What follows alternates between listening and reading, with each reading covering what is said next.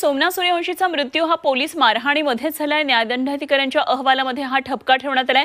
गोपनीय अहवाल राज्य मानवाधिकार आयोगासमोर दाखल करण्यात आला आणि यासंबंधित सर्व पोलिसांना नोटिसा बजावून उत्तर मागितले। पोलिसांकडूनही या प्रकरणाबाबत अहवाल सादर करण्यात आलेला आहे आणि कागदपत्रे दाखल करण्यात आलेत। परभणीमधल्या सोमनाथ सूर्यवंशी यांच्या मृत्यूला पोलीसच जबाबदार आहेत। त्यांना परभणी जिल्ह्यातल्या नवामुंढा पोलीस ठाण्यामध्ये मारहाण करण्यात आलेली होती असा ठपका न्यायदंडाधिकाऱ्यांनी न्यायालयीन कोठडीत मृत्यू प्रकरणाच्या चौकशी अंती ठेवलेला आहे। हा 451 पानांचा गोपनीय अहवाल आहे। राज्य मानवाधिकार आयोगासमोर तो दाखल करण्यात आलाय।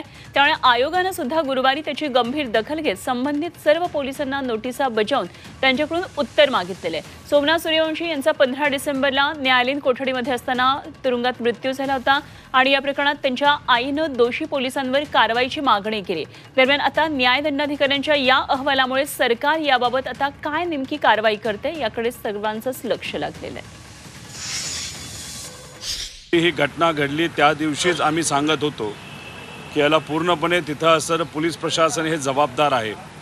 उगाचच तिथं सोमनाथ सूर्यवंशीला त्या ठिकाणी मारलं गेलं आणि त्याच्यात त्यांचा मृत्यू झाला। त्यावेळेसपासून आत्तापर्यंत आम्ही हेच सांगत होतो, पण सत्तेत असणारे मंत्री नेते हे नेहमी त्या ठिकाणी काही गोष्टी लपवण्याचा प्रयत्न तिथं करत होते।